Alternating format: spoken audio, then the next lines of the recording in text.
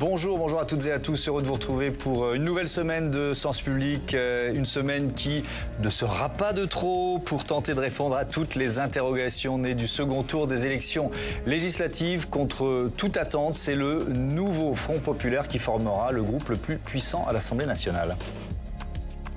Genre de cette élection, c'est qu'une force politique qui n'existait pas il y a 4 semaines a gagné en 4 semaines, du jamais vu. On a gagné et ça nous oblige.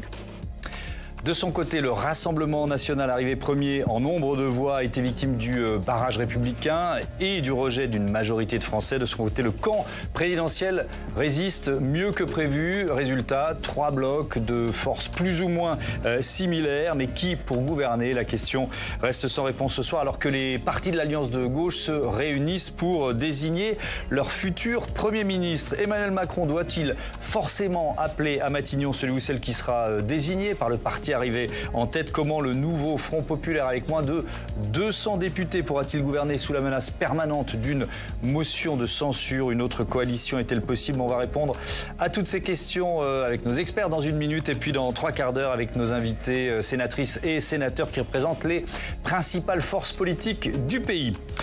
Mais d'abord, on fait le bilan des résultats définitifs de cette élection historique avec un constat: la France n'est pas encore sortie du brouillard. Audrey Vuettaz. Explosion de joie à gauche, déception du côté du RN battu. La surprise est totale. Avec une participation massive, plus de 66%, une première au second tour depuis 1997. La France se divise en 3 blocs. L'Union de la gauche crée l'événement et arrive en tête avec 187 députés, dont l'ancien président François Hollande. Quant à François Ruffin, il conserve son siège de justesse, mais la gauche n'obtient qu'une majorité relative. Déjà, rappeler quand même l'extraordinaire soulagement qui a été le nôtre hier soir, avec des résultats que nous n'attendions pas. D'ailleurs, je ne sais pas qui pouvait les attendre. Aujourd'hui, la gauche est en position, en tant que leadership, de pouvoir peser sur les événements, mais la construction institutionnelle est compliquée, je vous le conseille. Partout en France, le Front républicain a une nouvelle fois très bien fonctionné. Le RN, qui espérait la majorité absolue, n'obtient que 143 sièges. C'est un peu décevant. Je suis dégoûtée. Et arrive 3e. L'alliance du déshonneur et les arrangements électoraux dangereux passés par Emmanuel Macron et Gabriel Attal avec les formations d'extrême gauche privent ce soir les Français d'une politique de redressement qu'ils ont pourtant plébiscité largement. Certaines personnalités comme Jean-Philippe Tanguy conservent leur mandat. Marie-Caroline Le Pen, la sœur de Marine Le Pen, est-elle battue? Le camp présidentiel est quant à lui en net recul, même s'il fait mieux que prévu. Avec environ 159 sièges, il devient la 2e force politique de l'Assemblée nationale, devant l'extrême droite. À noter les défaites de Stanislas Guerini, le ministre de la fonction publique, et d'Olivier Véran, ancien porte-parole et ministre de la Santé. L'ex-première ministre Elisabeth Borne est quant à elle réélue face au RN. Ce soir, le courant politique que j'ai représenté au cours de cette élection, celui de la République et du progrès, est bel et bien vivant. Désormais, la France entre dans une période d'incertitude. Les tractations ont commencé car personne n'est pour l'instant en mesure de gouverner sans coalition. Qui peut sortir la France du brouillard dans lequel Emmanuel Macron l'a plongé? On en débat avec Christelle Craplet. Bonsoir, bienvenue. Bonsoir. Vous êtes la directrice de BVA Opinion. Jean-Sébastien Ferjou, bonsoir et bienvenue. Bonsoir. Le fondateur et directeur d'Atlantico, Vincent Couronne, bonsoir. Bienvenue à vous aussi, chercheur en droit européen, directeur du média Les Surligneurs, qui lutte contre la désinformation juridique. Mathieu Croissando, bonsoir Mathieu. Bonsoir à tous. Bienvenue à vous, éditorialiste politique. France de droite, cap à gauche, c'est ce que Alexis Brézet écrivait dans le Figaro ce matin. Christelle Craplet, est-ce que c'est pour vous le paradoxe de ces élections législatives ? Effectivement, ça peut être une forme de paradoxe. Surtout, ce qui est vraiment frappant, c'est l'ampleur finalement de ce front républicain dont on pouvait s'interroger avant le second tour. Est-ce qu'il allait fonctionner? Il n'allait pas bien fonctionner en 2022. Là, manifestement, les électeurs de gauche se sont reportés massivement sur des candidats Ensemble ou LR lorsqu'un duel leur était proposé. C'est beaucoup moins le cas dans l'autre sens, mais ça a aussi eu lieu. C'est un peu l'enseignement principal et c'est ce qui, effectivement, mène au résultat d'hier soir. Avec il faut quand même voir le résultat en nombre de voix aussi, parce qu'il faut le dire, le Rassemblement national est le premier parti de France, 10 110 084 voix selon le ministère de l'Intérieur, 7 414 000 pour le nouveau Front populaire, la majorité présidentielle, enfin ensemble, 6 572 000 et les Républicains qui résistent finalement mieux que prévu, 2 455 000. Jean-Sébastien Ferjou, le parti Le Peniste, malgré ces 10 millions de voix, a encore trouvé face à lui une majorité de Français pour lui dire non. Comment vous l'expliquez ? Probablement parce que déjà ils ont une sociologie qui est difficile. Ils partaient avec la moitié de la carte où ils avaient 0 député et c'est assez largement resté le cas. Regardez l'Île-de-France par exemple, il y avait 97 circonscriptions, il y avait 0 député RN, il doit y en avoir 2 ou 3 maintenant. La Bretagne, 27 circonscriptions, 0 député et la liste comme ça est assez longue. Donc c'est-à-dire que la marche était quand même très très haute pour eux parce qu'il fallait qu'ils gagnent 85 à 90% des autres circonscriptions. Donc de toute façon, même sans barrage, moi je pense qu'ils n'auraient pas été en situation d'avoir une majorité absolue. Après, parce qu'il reste un parti marqué probablement par son histoire, qui n'ont pas su effacer, notamment par des choix de candidats qu'on a bien vu ici ou là, et la presse quotidienne régionale ne le manque jamais. Quand vous avez des gens qui, sur leur profil, sur les réseaux sociaux, ont publié des propos plus ou moins scandaleux, ça se voit.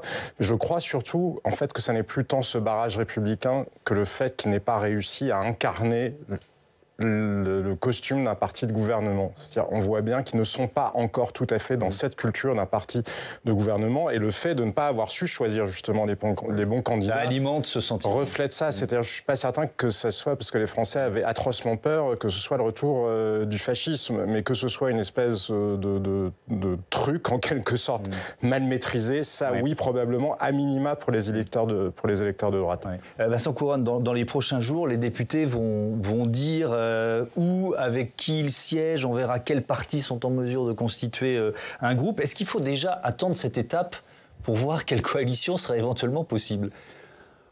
Oui, mais en réalité, les discussions, elles ont déjà commencé. Bien sûr. Avant même. On va en parler dans un instant. À gauche, ça discute en ce moment. Mais ce que va faire le Parlement, c'est que le 18 juillet, donc jeudi prochain, normalement, il va se retrouver en session. Les nouveaux députés vont arriver, vont siéger et vont devoir rejoindre des groupes.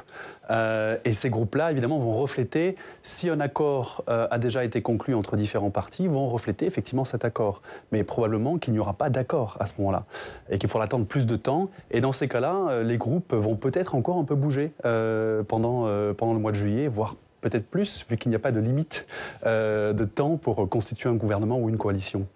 Un mot du décalage entre les sondages d'entre-deux tours et le résultat d'hier. Jeudi, on a choisi le nôtre. On vous proposait, avec Odoxa Mascaret, la presse quotidienne régionale et le Nouvel Obs, cette projection en siège qui donnait 140 à 180 au nouveau Front populaire, ils sont au-dessus, 182, 115 à 155 pour Ensemble, ils sont à 168, le Rassemblement national avec les ciotistes 210 à 250, et là l'écart est énorme, 143, et LR 40 à 60 sièges, plus divers droite, on y est à peu près. Christelle Craplet, c'est facile pour moi de poser la question parce que vous étiez venu nous dire, chez nous on ne fait pas de projection en siège. C'est si difficile que ça ? Bah oui, c'est compliqué parce que vous avez 577 élections et vous ne pouvez pas faire 577 échantillons représentatifs de chacune des circonscriptions. Donc en fait, vous vous livrez à un exercice théorique avec des hypothèses de report de voix. Et donc c'est compliqué d'anticiper exactement ce qui va se passer. Vous fonctionnez encore une fois avec différentes hypothèses. Là, en l'occurrence, voilà, c'est pas possible, mais c'est compliqué à faire comme exercice.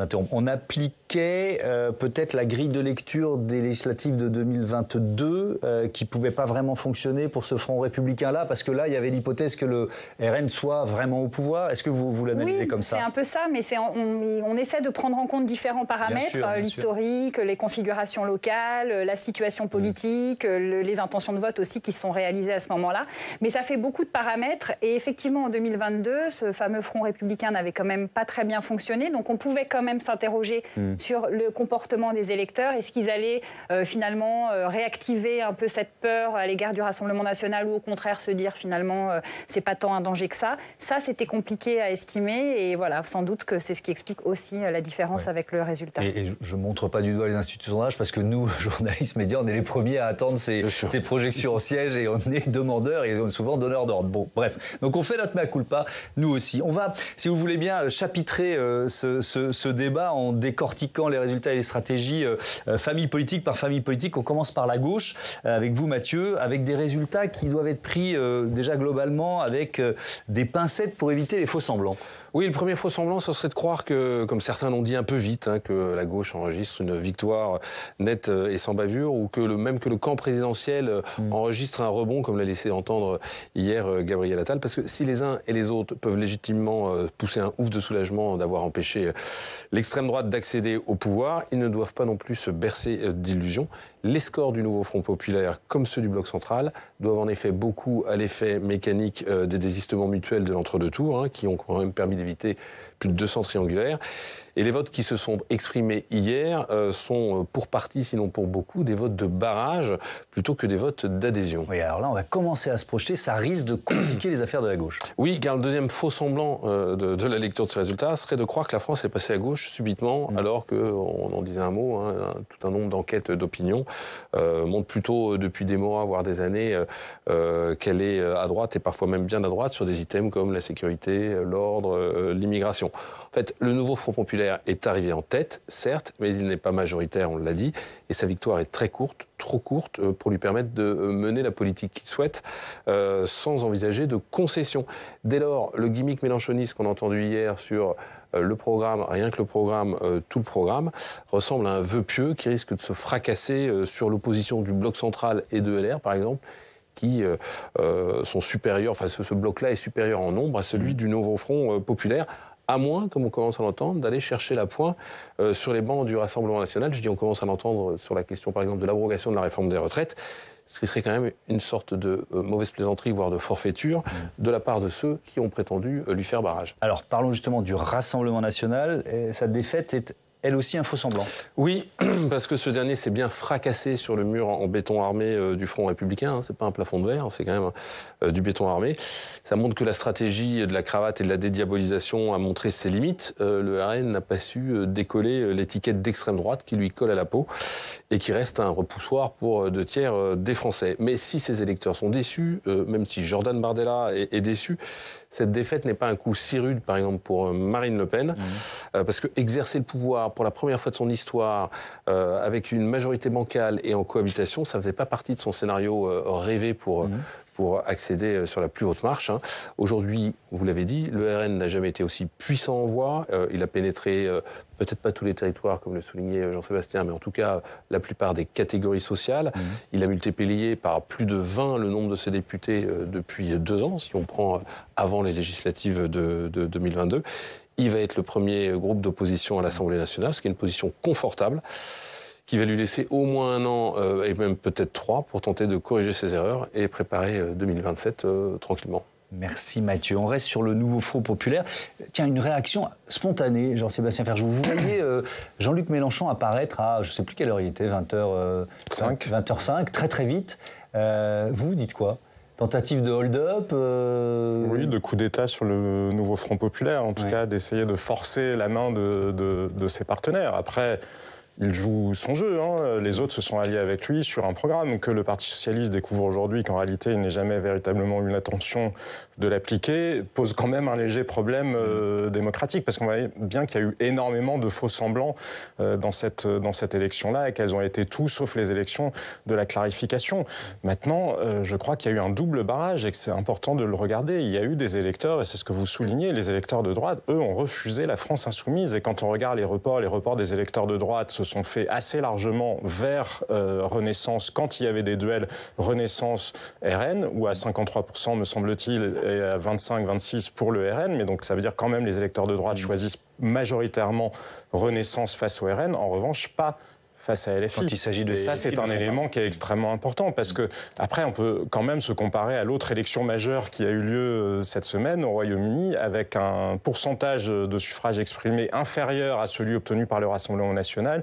Le Parti travailliste au Royaume-Uni a 65% des sièges. Alors après, la légitimité des deux est égale. Enfin, des résultats, il n'y a pas moins de légitimité en France qu'au Royaume-Uni. Nos modes de scrutin produisent ça. Oui. Mais ça n'empêche pas que dans le malaise démocratique qui est le nôtre, il ne faut pas oublier quand même qu'il y a beaucoup de Français qui se sentent orphelins ou mal représentés parce que précisément nos modes de scrutin et probablement aussi nos structures partisanes savent mal les représenter. Ouais. Si on revoit l'Assemblée nationale choisie par les Français ce 7 juillet, donc effectivement le nouveau Front populaire est la première force, donc elle peut légitimement proposer, et c'est ce qu'elle est en train de faire en ce moment, un nom, une ou un futur Premier ministre. On verra si Emmanuel Macron embraye dans ce mouvement. Mais Vincent Couronne, allez, au mieux, il y aura 190, 195 peut-être si on agglomère quelques divers gauches, etc. On est à moins de 200 sièges. Combien de temps ça tient ? On peut dire à nos téléspectateurs ce qu'on disait juste avant que l'émission débat. Est-ce que le gouvernement qui va sortir tiendra plus longtemps que les jours qu'il faudra pour donner un nom de nouveau Premier ministre ? C'est totalement bancal. En fait, il faut réunir deux choses. Il faut s'assurer, si vous avez un gouvernement qui n'est soutenu que par un bloc, le bloc de gauche ici, le NFP, que la personne que vous nommez Premier ministre ne suscite pas suffisamment de rejet par les deux autres blocs, du centre et de l'extrême droite, pour qu'ils puissent s'allier et voter une motion de censure. Donc quelqu'un qui, certes, serait de gauche, mais malgré tout pourrait mettre en œuvre une politique qui pourrait être acceptée par les deux autres blocs. Oui, mais alors si LFI est toujours dans le nouveau Front populaire, on voit bien que on voit que ça coince un peu. Quoi. Cette option-là, a priori, seulement, à vrai dire. Cette option-là, c'est pas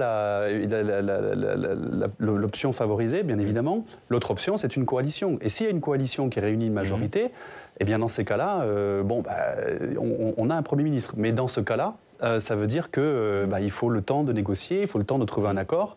Il n'y a pas de limite, il n'y a pas de durée de temps limite prévue par la Constitution pour dire au gouvernement, pour dire au Parlement, mettez-vous d'accord pour constituer un gouvernement. Donc ça peut très bien prendre 2 semaines, tout comme ça peut prendre... mettons 6 mois, 8 mois. Oui. Le ciment de cette alliance, Jean-Sébastien Ferjou, c'est le vote anti-Rassemblement national. Ça a marché. Le fait d'empêcher le RN d'arriver au pouvoir. Est-ce que l'envie d'accéder au pouvoir peut être un ciment aussi puissant, d'après vous, avec le programme tel qu'il a été conçu en 48 heures, finalement ? Mais encore faudrait-il que cette alliance trouve des alliés à l'extérieur, parce que c'est ce qu'on disait. Sinon, de toute façon, il y a une majorité absolue contre elle instantanément. Donc elle est vulnérable à toutes les motions de défiance, toutes les motions de censure sur n'importe lequel des projets de loi ou des propositions de loi qui se mettraient en tête de faire voter. Mais je crois qu'il n'y a pas que LFI qui pose problème. Est-ce que vous imaginez sérieusement que pour des députés de droite, Marine Tondelier, la vision qu'elle exprime sur l'immigration, sur la politique pénale, sur l'éducation, sur l'environnement, sur l'énergie est compatible? Donc nous ne sommes pas... Oui, bien sûr, il faudrait certainement que nous apprenions une culture de la coalition, une culture parlementaire, mais le scrutin majoritaire produit une réalité humaine assez différente, parce que dans un scrutin majoritaire, vous êtes élu contre les députés qui ont été élus hier, ont été élus contre celui qui était en phase 2. À la proportionnelle, vous êtes élu pour un programme. Et ça change profondément la mentalité, la réalité sociologique, en quelque sorte, d'un Parlement. D'autant que nous ne sommes pas non plus ni l'Allemagne, ni l'Italie, ni la Belgique. Nous sommes un pays beaucoup plus centralisé. Le nombre de décisions qu'il y a à prendre au niveau central, à Rome ou à Berlin, est-ce que vous entendez parler souvent du ministre allemand de l'Intérieur ? On parle souvent du ministre des Finances allemand, on parle souvent des ministres des Affaires étrangères, on connaît le ministre de la Défense. Est-ce que vous entendez parler du ministre de l'Intérieur allemand ? Ben oui, mais en France, c'est qu'il ne faut pas juste se mettre d'accord sur 3-4 projets de loi à faire voter. Derrière, il y a des nominations. Est-ce que vous nommez le même préfet de police ? Est-ce que vous nommez... on peut le dérouler en cascade comme ça. Et oui, on verra bien, parce qu'il faut bien que le pays soit gouverné, mais je ne vois pas comment... Moi, je pense que l'hypothèse crise de régime n'est pas encore évacuée. Ah oui, on ne peut pas la mettre totalement totalement de côté. Ce qui est sûr, c'est que les chefs du nouveau Front populaire font comme si ils se sont réunis discrètement dans Paris pour tenter de se mettre d'accord sur le nom du futur ou de la future première ministre. Regardez ce que Marine Tondelier, justement, tweetait tout à l'heure. Portrait robot du futur Premier ministre, être aligné avec notre programme, une figure qui doit apaiser et réparer le pays, faire consensus, compétences et expérience. Beaucoup de monde coche ces critères, dit-elle. On va rejoindre Yann Effelé qui est en direct de l'Assemblée nationale. Bonsoir Yann, bienvenue. Alors qu'est-ce qui se négocie en ce moment? On ne sait pas trop où dans Paris. Oui, c'est ça Thomas, bonsoir. Beaucoup d'incertitudes autour de cette réunion. Tout juste sait-on qu'ils se réunissent en fin d'après-midi, mais gros mystère sur le lieu. Je peux vous dire que tous les journalistes politiques du pays ont essayé de faire dire aux leaders du nouveau Front populaire où ils se retrouvaient. Aucun n'a dit le mot, et au point qu'on se demande même s'ils ne se réunissent pas en visio. Alors de quoi parlent-ils? Eh bien, ils ont probablement à peu près le même débat que vous en plateau actuellement. Deux grandes questions: avec qui gouverner et qui pour prendre la place du Premier ministre. Alors avec qui gouverner, puisque la gauche a une victoire dimanche, certes, mais une victoire courte, trop courte pour gouverner avec les mains libres. Le nouveau Front populaire, vous l'avez dit, c'est 182 députés. Pour rappel, Emmanuel Macron avait une majorité relative avec 250 députés. Et on se souvient comme il a eu du mal à faire passer des textes importants. Donc seul, il va être difficile d'imaginer comment la gauche va pouvoir gouverner. Et là, il y a deux courants au sein du nouveau Front populaire. D'un côté, il y a LFI qui refuse toute alliance, qui refuse tout compromis, qui veut l'application pure et simple du programme. Et dans ce cas-là, on voit mal comment on pourrait rentrer dans une logique de coalition. Et puis de l'autre, il y a des socialistes qui sont ouverts aux discussions. Il y a les Verts aussi qui, eux, demandent plus de temps. Écoutez justement Marine Tondelier, c'était il y a quelques heures au micro d'Adrien Pin. On ne peut pas faire croire aux gens que dans la situation politique inédite qui est la nôtre, d'un claquement de doigts, on va sortir avec un Premier ministre, un gouvernement, tous les postes à l'Assemblée répartis par magie, par la main invisible du marché. Ça ne marche pas comme ça, on le sait. La situation politique, elle est inédite. Et il y a moins de 24 heures, personne ne nous donnait gagnant dans cette histoire. Et la deuxième question, je vous le disais, c'est quel Premier ministre? Et là, c'est aussi le grand désaccord. Ils se sont entendus sur un calendrier. Ils devraient donner un nom, ils aimeraient donner un nom d'ici à la fin de semaine, mais ils ne sont pas d'accord sur le mode de désignation. Est-ce que ça doit se faire par vote, par consensus? Est-ce que ça doit être le parti majoritaire? Alors là, c'est l'option privilégiée par la France Insoumise, puisque ce sont eux qui ont le plus de députés au sein du NFP, mais ça ne convainc pas les autres partis qui, eux, opteraient plus pour un vote. Autre désaccord, celui sur le profil, et c'est reposé aujourd'hui la question de Jean-Luc Mélenchon, puisque dans une matinale, Mathilde Panot a semblé défendre cette option. Elle a dit « Il n'est absolument pas disqualifié ». Or, pour les autres leaders du nouveau Front populaire hors insoumis, il est bien disqualifié. Ils l'ont clairement écarté, notamment Marine Tondelier ou le socialiste Boris Vallaud, qui était ici il y a quelques minutes. Écoutez. On a un pays qui est fracturé. On a un pays qui a besoin d'être apaisé, qui a besoin d'être rassuré. On a besoin de garantir une forme de paix civile et de se donner à nouveau des raisons de vivre ensemble. Eh bien, il faut une personnalité qui incarne ça et qui soit capable d'apaiser, de rassembler et de construire un avenir dans lequel les Françaises et les Français trouvent leur place. Voilà, Thomas, on le comprend bien. Toute la difficulté pour la gauche, ça va être de trouver un nom qui ne déclenche pas immédiatement une motion de censure des autres blocs d'ici à ce qu'elle soit prononcée. Merci beaucoup Yann Effelé avec Fabien. Le cas à l'Assemblée nationale. Tiens, on jette un œil, vous l'avez évoqué rapidement Yann, au rapport de force interne du nouveau Front populaire en nombre de députés. La France Insoumise avec 74 domine, le PS 59, Europe Écologie Les Verts, les écologistes 28, 12 autres nouveaux Fronts populaires et 9 partis communistes. Évidemment, il y a la question des dissidents LFI, où est-ce qu'on peut les caser. Christelle Crapet, petite question concernant Jean-Luc Mélenchon. On l'a souvent présenté ici, nouvel épouvantail, coefficient de rejet très, très important dans l'opinion. Je ne sais pas si vous pouvez répondre à la question, mais le nouveau Front populaire aurait-il pu remporter plus de sièges sans lui? Vous voyez ce que je veux dire? Vous parliez des reports de voix, ça c'est sûr que quand vous regardez les reports de voix de Ensemble, surtout Ensemble et un petit peu LR, il y a une nette différence, il y a à peu près 10 points d'écart quand c'est un LFI. Oui. Donc on peut dire que effectivement cette figure-là de Jean-Luc Mélenchon est un repoussoir pour ces électeurs-là. Mais c'est aussi une force d'attraction dans d'autres circonscriptions. Oui, mais sur des territoires qui sont très concentrés. Sont déjà acquis à la gauche. Si vous faites 70 ou 60% dans une circonscription, ça ne vous donne pas 2 députés. Il vaut mieux faire 50,1 dans beaucoup d'endroits que 70 70, comme le fait la France insoumise. Et c'est bien le problème qui se pose à la France insoumise, parce que vous montriez les chiffres. Mais là, on est parti pour 1 an seulement, enfin en théorie, puisqu'on peut redissoudre. On ne voit pas bien comment il pourrait y avoir une configuration stable qui s'installe dans le pays.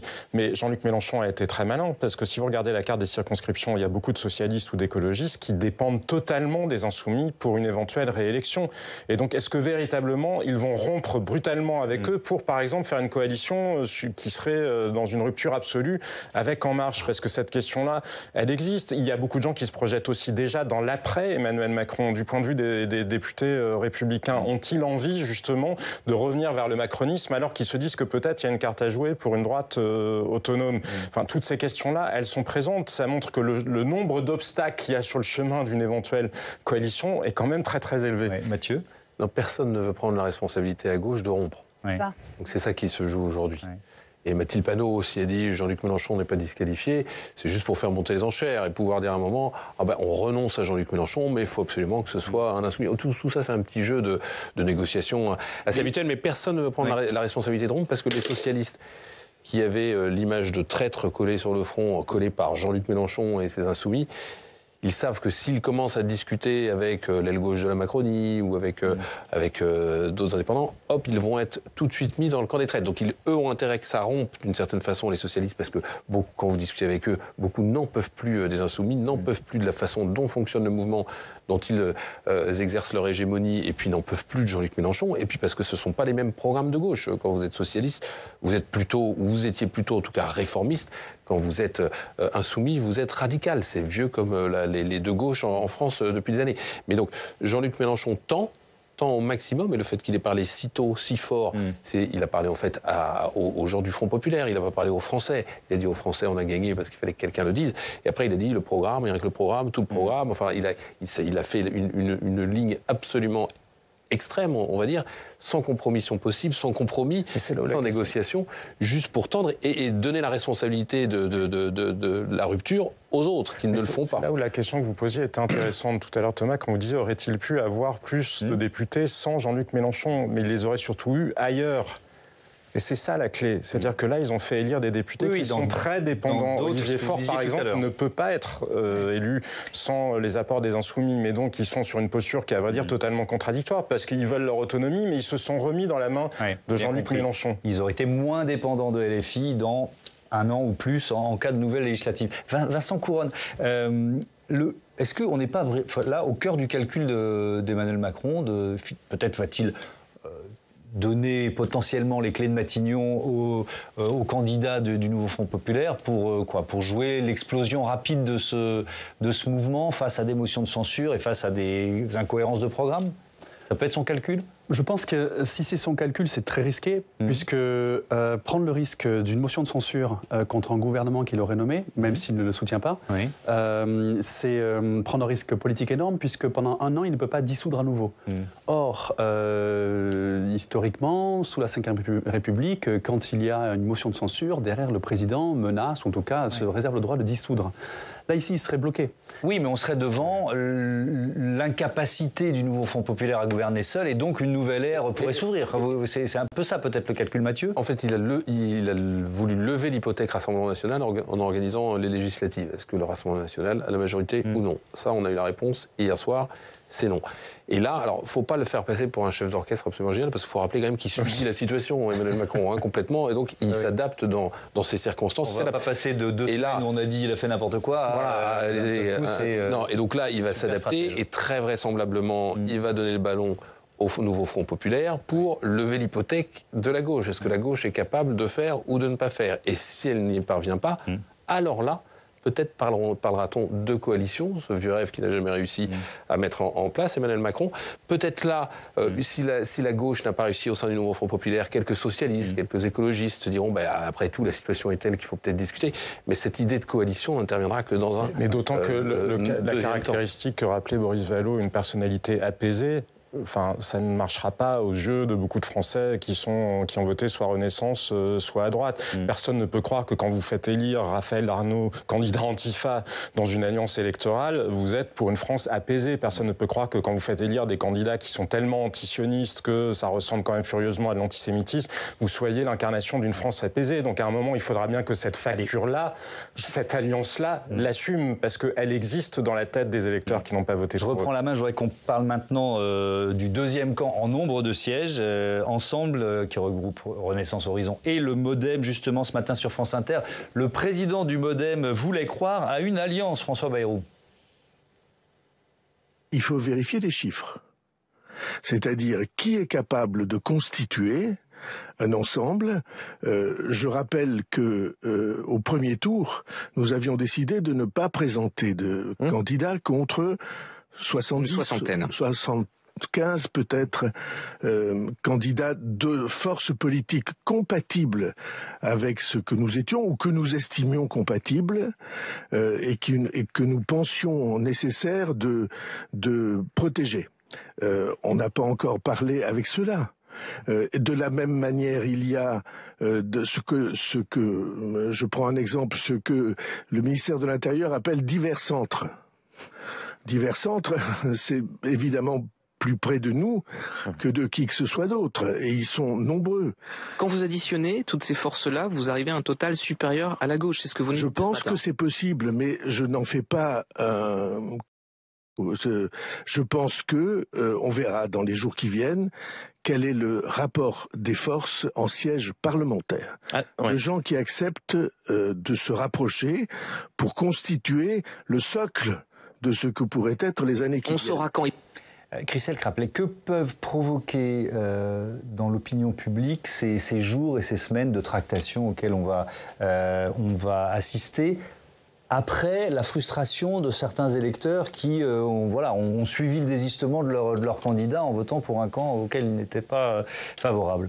Un petit peu peut-être d'inquiétude sur qu'est-ce qui va se passer pour la suite. Du point de vue des électeurs du Rassemblement national, sans doute que ça va recréer un peu du ressentiment, le sentiment que finalement tout se passe un peu sans eux, qu'il y a des alliances un peu contre nature qui se font. Donc ça, je suis pas sûre que ce soit pas de nature à renforcer encore le rejet qu'ils ont du système et le sentiment d'être exclus d'un jeu démocratique. Pour les autres, je pense qu'il y a beaucoup d'inconnus qui sont nés de la dissolution. Le premier sentiment que ressentaient les Français après la dissolution, c'était l'inquiétude. Voilà, on peut pas se dire qu'aujourd'hui, ils ne se montrent pas forcément un peu dubitatifs à minima, quoi. Regardons les rapports de force au sein de ce camp présidentiel. 102 députés Renaissance, 33 MoDem, 25 Horizon et 8 autres qui ne sont pas encore classés. Jean-Sébastien Ferjou, là aussi, on peut dire que c'est un camp qui est fracturé. C'est-à-dire que Édouard Philippe, qui se disait loyal et libre, il a retiré le loyal.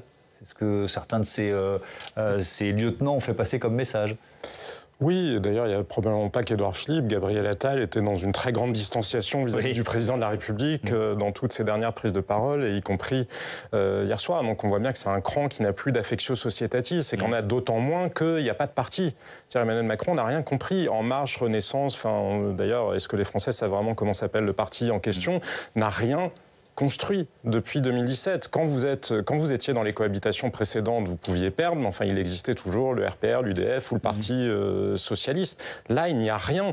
Et donc, il y a des gens qui, évidemment, vont être tentés de reprendre chacun leur bille. Et on voit bien qu'en réalité, ce bloc central, qui a été souhaité par François Bayrou et par Emmanuel Macron, c'est peut-être lui qui nous met dans une situation de grande instabilité. Parce que c'est ça qui empêche l'émergence ou la réémergence d'une gauche républicaine et d'une droite républicaine, et qui pousse les électeurs soit à payer le prix de la radicalité, soit à payer le prix pour éviter la radicalité. Mais enfin, ça génère un niveau d'insatisfaction quand même très très élevé, d'autant qu'il y a une forme de schizophrénie française. Enfin, quand même, toutes les enquêtes d'opinion nous le montrent depuis des années.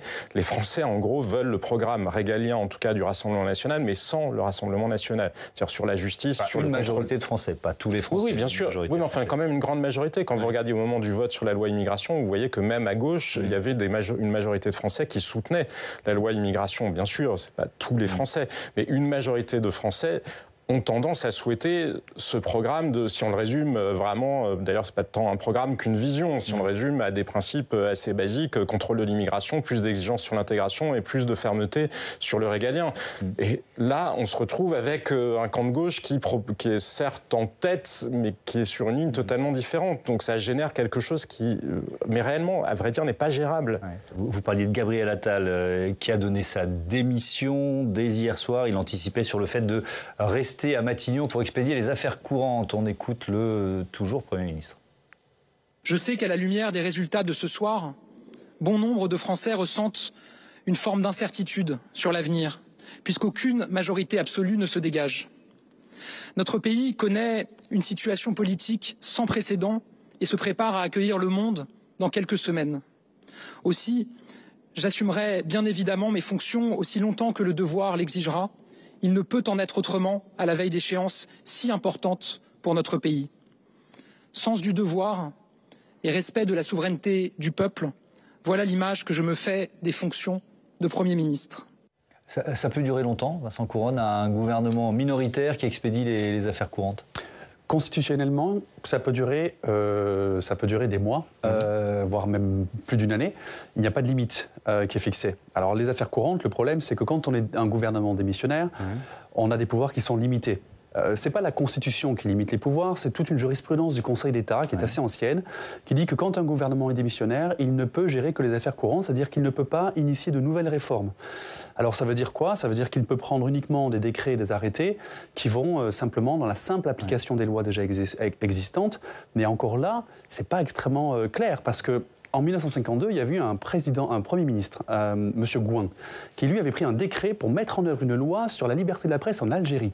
Enfin, liberté, comprenez, plutôt dans le sens inverse. Il a été retoqué par le Conseil d'État parce qu'ils estimaient que c'était déjà un peu trop réformateur par rapport à la loi. Mais ça n'empêchera pas un gouvernement démissionnaire qui expédie des affaires courantes, pendant les JO par exemple, de devoir gérer des situations d'urgence. Un gouvernement démissionnaire peut tout à fait, par exemple, mettre en œuvre l'état d'urgence. Qu'est-ce qui se passe au moment du vote du budget fin septembre? Alors ça, c'est une question qui est assez compliquée, assez problématique, puisque ce que prévoit la Constitution, c'est que si le Parlement n'adopte pas le budget dans un délai déterminé, c'est 70 jours, le gouvernement peut mettre en œuvre le budget, le projet qu'il a proposé, par ordonnance. Là où il y a un problème, c'est si jamais le Parlement rejette le budget. Là, pour le coup, on est bloqué. Mais, a priori, il n'irait pas se mettre dans cette voie-là, il laisserait les choses pourrir à l'Assemblée nationale et il mettrait en œuvre sa proposition de budget par ordonnance. Donc il y a des moyens sous la Ve République pour contourner en fait le Parlement, sachant qu'il a toujours le 49-3. Sauf, parce qu'il y a quand même un scénario dont on ne parle pas, sauf si une conjonction des plus radicaux, du Rassemblement national et de LFI par exemple, se mettait en tête de faire partir Emmanuel Macron.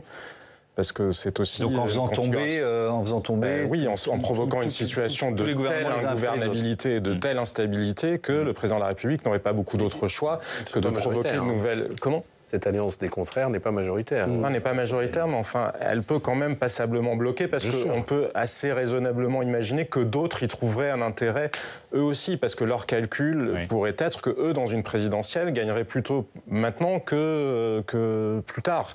D'ailleurs, sans que autre chose ait réussi à se reconstituer sur de nouvelles lignes. Et donc ce scénario-là, je pense qu'il est toujours face à nous. Dernier chapitre, on va parler du parti LR qui résiste et dont le groupe pourrait même compter à l'Assemblée quelques député de plus qu'en 2022. Laurent Wauquiez, juste après avoir été élu député de Haute-Loire, refusait toute alliance avec le camp présidentiel. On l'écoute.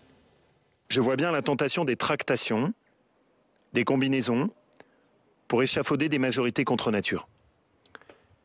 C'est cette confusion, c'est ce flou permanent qui ont mené la France dans la situation dans laquelle nous sommes aujourd'hui. Le en même temps est mort ce soir. Et tous ceux qui voudront le prolonger dans le dos des électeurs seront discrédités demain. Ma conviction, c'est que la France ne pourra se relever que dans la clarté. Et pour nous, il n'y aura ni coalition, ni compromission. Alors on va parler du fond, mais quand même, cette image, moi je pense tout de suite à l'affiche de François Mitterrand en 1980, la France tranquille. C'était plus un village. Voilà, il y avait moins de montagnes. Voilà, il y avait un clocher. Enfin bref, on ne va pas refaire tout ça. À votre avis sur la prise de position de Laurent Wauquiez? Ah ben lui, il est pour la politique du pire. C'est-à-dire, ça s'entend. C'est-à-dire, on ne fera rien qui pourrait débloquer la situation. C'est comme ça qu'il faut entendre son message. Emmanuel Macron a créé cette situation, qu'il s'en débrouille et qu'il ne compte surtout pas sur nous. On aurait pu espérer, de la part de Laurent Wauquiez, mais aussi de la part d'autres responsables politiques, que chacun hisse un peu son niveau de jeu. Parce que la situation, elle a été provoquée par Emmanuel Macron, tout le monde en a des piques prendre, mais elle est là. Elle est là. Et à partir de ce moment-là, est-ce que tout le monde va aller chercher à se cornériser successivement? On va avoir un régime d'instabilité ministérielle où on va essayer de cornériser la gauche. Puis après, une fois que la gauche sera tombée, de blackbouler une coalition qui se serait montée. Ou est-ce qu'on se dit collectivement, enfin ce que les responsables politiques se disent, pendant un an, il faut quand même faire en sorte que les affaires fonctionnent. Avec des stratégies 2027 dans la tête. Voilà, le problème c'est qu'on dit dans d'autres pays ça marche, mais les autres pays n'ont pas notre culture politique, ils n'ont pas, Jean-Sébastien le disait tout à l'heure, pas le même mode de scrutin, et ça serait un saut culturel à accomplir. Mais on peut se dire aussi quand même que dans cette période de crise profonde, qui est une crise politique, qui n'est pas encore une crise institutionnelle, mais je rejoins Jean-Sébastien qui peut le devenir, est-ce qu'il n'y aurait pas une nécessité que chacun prenne sa responsabilité? On peut distinguer deux choses quand même, parce que hausser son niveau de jeu, c'est quoi? On peut aussi considérer que finalement le macronisme, ou cette espèce de verrou central dont je vous parlais tout à l'heure, est ce qui asphyxie de facto la démocratie française, en empêchant, encore une fois, le clivage gauche-droite, c'est ce qui permet l'alternance. Surtout même, on ne peut pas dissoudre pendant un an, c'est juste ça. Non, mais je sais bien, mais je pense qu'il faut distinguer le fait de ne pas vouloir participer à une majorité et le fait de voter en permanence pour faire tomber un gouvernement. Ce sont quand même deux choses assez différentes. Vous pouvez avoir une stratégie, effectivement, de dire il faut faire sauter ce verrou-là, et on voit bien que la droite républicaine, parce que ça rejoint votre question première, Thomas, il y a quand même une performance à remarquer. L'électorat de droite est ultra résilient. C'est-à-dire que là, il fait 10%, un peu plus de 10% au niveau national, en étant présent qu'à peu près dans 60% des circonscriptions. C'est-à-dire que si vous le projetiez sur tout le territoire, on est plutôt à 14, sans champion, sans programme, sans ligne, sans incarnation, avec un président qui est allé pactiser avec l'ennemi.